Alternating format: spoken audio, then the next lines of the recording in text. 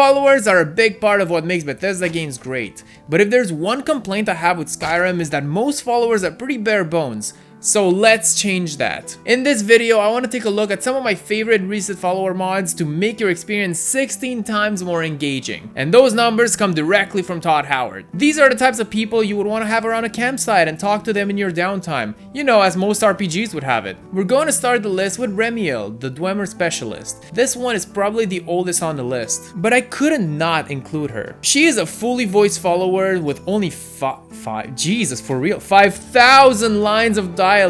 Maybe I'll just tag along for the ride? She is a Dwemer scholar who specializes in their machinery and dungeons. When you find her, she's in the Silverblood Inn. You will have the choice to start her introductory quest or pretend like you've known each other all this time. Her quest will have you bypass Calcelmo in the Understone Keep and look for a few pieces of junk, only to get to the end and unlock this mini spider follower for your followerception right here. You'll even be able to upgrade Scrap the Spider by talking to Remy through Dwemer Ruins, where she will gradually start making improvements on Scrap. When it comes to gameplay, Remiel is a natural thief, learning from a countryman. I like it. She's experienced in stealth and lockpicking and apparently knows how to avoid traps, but not this one. She also dabbles in potion making, and because of her bread and nature, she can also wield some magic.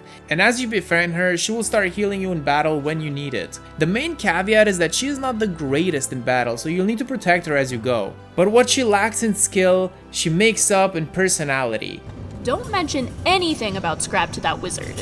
He'll think the spider should belong to him, and I don't have the patience not to kick him somewhere sensitive and make a run for it. As I mentioned previously, she has an impressive amount of dialogue, so you'll be interacting with her like crazy. In fact, she even interacts with other NPCs, and when we were reviewing this mod on stream, she even started talking to Sam, the shady hangover quest giver. I don't know if you know this, but I've had my fair share of drinking contests. Let me drink against him. Especially if there's something worthwhile to be won. Hello? Sam, right? Have we met? Alright, get ready to lose that staff, Sam. Whoa, what in oblivion is this stuff? A toast to a beautiful friendship. Down the hatch. This is the quickest friendship I've ever made. She is also compatible with other modded followers, and she can interact with them as well, not to mention other vanilla followers. Overall, she's probably one of my favorite on the list. Not implying that the list is getting worse and worse, by the way, so you have to keep watching until the end. But before we continue with a super unique follower mod, this video is sponsored by Marvel Mystic Mayhem, an original brand new Marvel story coming to you from NetEase Games, the same developers as Marvel Rivals. No wonder the visuals are so cool. At its core, Marvel Mystic Mayhem is a free-to-play superhero team-based tactical RPG letting you control classic characters such as Scarlet Witch and my personal favorite, the Hulk. Every character can reach 5-star legendary status, meaning you don't have to abandon your favorites from the start of the game. You will go through levels with a 3-character team, which is very easy to learn but pretty difficult to master since you can have a diverse team and a variety of tactical skill combos. So you will have to strategize your team composition and skill usage to make sure you're min-maxing your way through the levels. As with many games, what captures my attention would be the world and the story, as the game is set during an invasion led by Nightmare, trapping heroes and reality pieces within the dreamscape. As he feeds on their worst of fears, he becomes increasingly more powerful, and it is up to Doctor Strange and Sleepwalker to lead the team and save the day. In other words, it's up to you.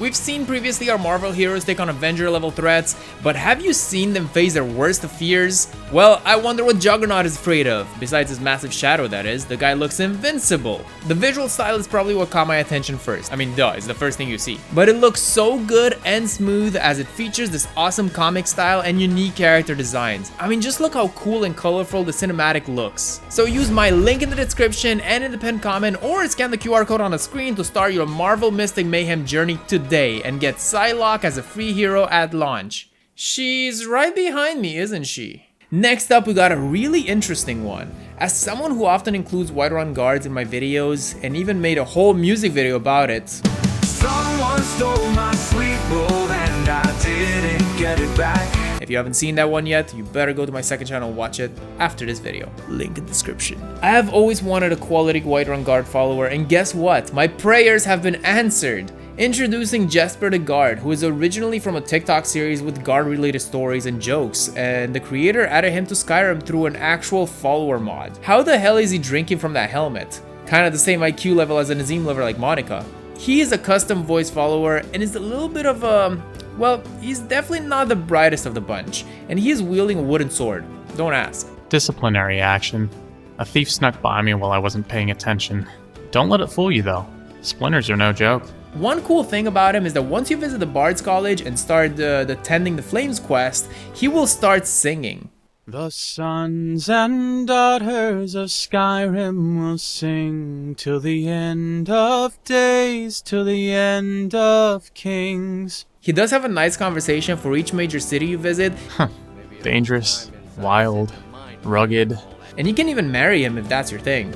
Being a guard ain't much, but it's honest work. So I'm not knocking him down, he actually does that himself. In terms of gameplay, what you see is what you get. He's one of the most unique followers on the list and technically, because of his extensive series on TikTok, has the deepest backstory of all. But one thing no one seems to know about him is that he has a soft spot.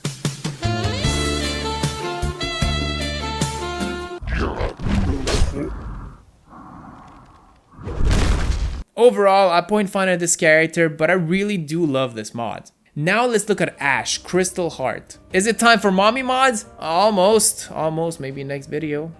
A new mercenary's been going around town. Calls herself Ashe. Ashe comes with a massive DLC-sized quest that will explore some pretty deep topics. Not spoiling anything here, but if you want to venture into a deep companion quest, this is a mod for you. Don't let the kinky armor fool you.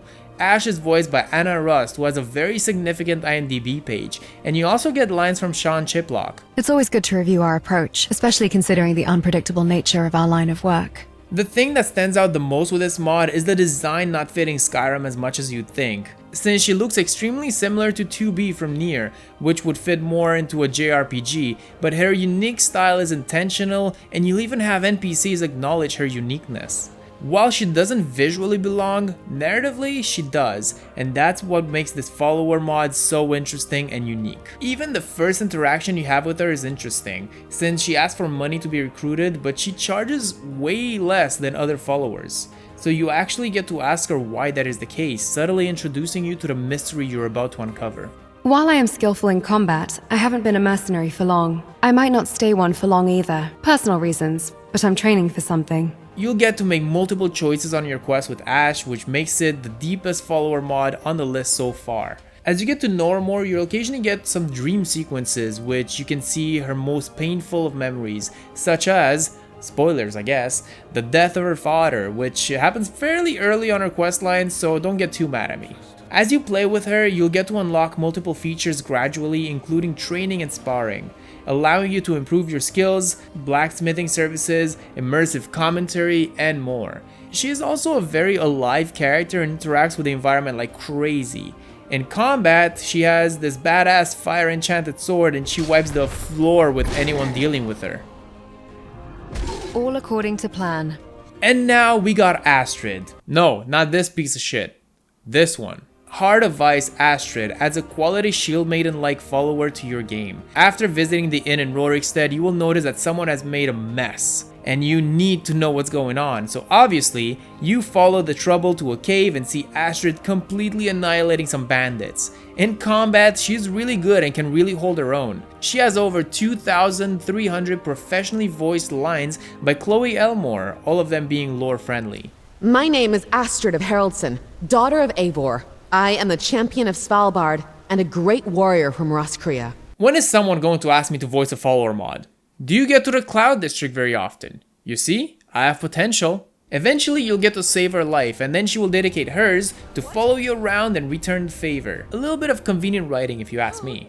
Astrid comes with an interesting quest line that you can guide her through and you might get one of 4 possible endings once you're done. Putting the RP in my G, am I right? The dialogue with her is quality and of course, she is romanceable if you finish her marriage quest. The Iceheart Sisters is a 2-in-1 follower mod. It will add Anya and Kelsa Iceheart to your game, both very different in their fighting styles, complementing each other. They are voiced by Kid Navada, who also voices Ivy, a follower mod of Fallout 4, and Ophelia Valentine, a Twitch streamer. What I like the most about this mod is the chemistry they have between each other. Of course, you'll be able to recruit both at the same time, and they will comment about it. So, you decided to join us on our quest as well? That's a surprise. It seemed like a worthy cause. And they needed more than just brawn, little sister. In combat, Anya is a frost witch who specializes in magic-based attacks, and Kelsa is a two-handed weapon tank. As I said, they complement each other pretty well. With each sister, you can raise your affinity, and they will like you more, and eventually they will be romanceable, but not both in one playthrough. That's messed up. Skyrim has no place for such depravity. I'm sure there's a way to do it with the console command or something, I don't know. They also come with a player home, a pretty big one at that, called Iceheart Mill, which originally belonged to Varg, their foster father, who went missing. And you know what happens when a dad goes missing? It means one day there will be milk in the fridge. We don't know when, but he will come back. You know what Skyrim needs more?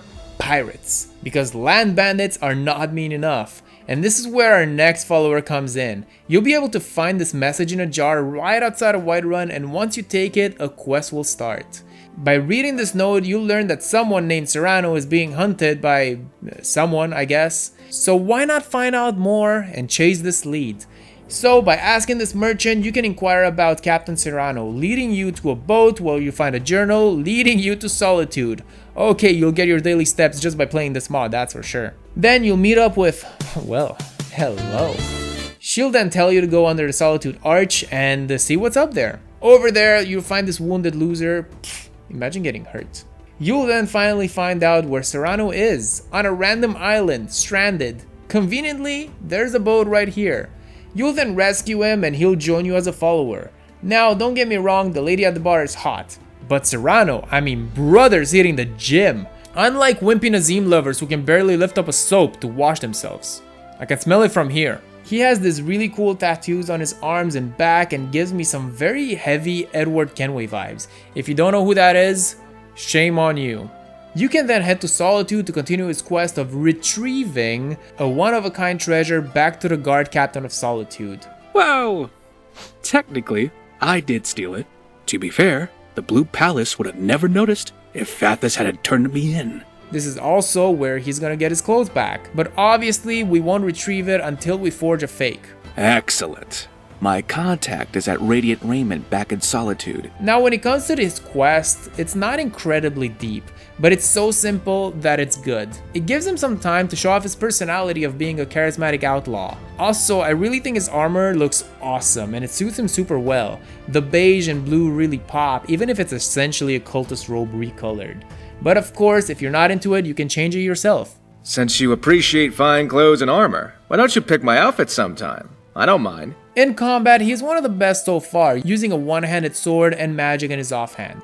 Overall, I had a really great time with him, definitely the sort of dude you want to drink some mead with. And now finally, we got a quick and simple last mod to add to your list, and that is Elva Purespring. She is a priestess of Kinnereth and is daughter to Danica, our favorite depressed NPC. It's a shame, isn't it? Now, this section of a follower comes in 3 parts. You got the NPC itself, the voice lines, and the follower visual replacer that all come separately to make her. But this mod came at the tail end of last year, and then the other 2 came at the beginning of this year, so I'll count it as an early access mod last year, and now it's a full release. Now, Elva is very simple. She doesn't have much special dialogue, no quests associated with her, but she will provide commentary on existing quests in the game, notably the Gilder Gleam quest. Why are we cutting the Elder Gleam? I am not sure that's what Kinnereth would want, but I don't want to contradict my mother. Which makes sense, so in a way she is an addition to that short quest line, which is such a simple part of Skyrim, but to me it's one of the most memorable moments because of the lore of the tree. In combat she has nothing to write home about, but she is not terrible, at least for a priestess. At least she's not a priestess of Nazim like Ethel. That'd be pitiful. Even Wimpas Nariva can take 5 of them on. While she is the simplest on the list, she is also the cutest holding a basket of flowers. We all have our secret talents, I guess. And yes, you know you gotta talk about the armor that I've been wearing in this video. This is the Steel Vanguard set, a very cool and intimidating looking armor, looking like one of those small stature bosses in Dark Souls that wipe the floor with you. It is wearable by both male and female bodies and does a great job to cover your face, which works best if you're a Nazim lover because we all know what's going on under there. The set also comes with a great sword and makes you feel like a real badass. Overall, it's probably one of my favorite sets so far because it's pretty simple and it just looks great. Now, I want to thank you for watching this video, and if you enjoyed, consider leaving a like and subscribing. I am back. If you're an existing viewer of the channel, you probably have noticed that I haven't posted much Skyrim videos in a while. And yeah, the timing is just unfortunate. And by the way, I did get a new computer, so finally I can run Skyrim at more than 20 FPS, which is definitely going to encourage me to make more videos. But that is also part of the reason why it took me so long to make this video. It's because I was so lazy to move all my mods, and basically I didn't move all my mods, I just had to reinstall them on this computer because I kept the old computer pretty much intact. And also, as you notice, I didn't even peel off the sticker. I still have the warning sign here that I probably should peel it off, but I'm just lazy, man. So yeah, we're finally back with Skyrim. I have a bunch of videos that I will be working on very soon, and a massive thank you to my Patreon supporters who continue to support more and more content here. Your name can also appear at the end of my videos, or you can be roasted to bits if you choose the Nazim Lover tier. Now you can click on this video if you want to see how I made my Skyrim, but it looks so beautiful with only 10 mods, which by the way guys, it is 10 mods. Stop commenting that it's not 10 mods. The additions, you don't have to use them. You could only get the 10 mods from this video and that's it. Thank you. Stop complaining. Or you can click on this video if you want to see some really cool combat setup. This one is definitely a bit more than 10 mods though. I call it 10 mods, or I don't know. But unfortunately you do need some like Sky UI, Sky SA, not Sky SA, what the fuck? SKSE. How about you just watch them instead? I'm done. You know, I don't want to ramble anymore. Leave me alone.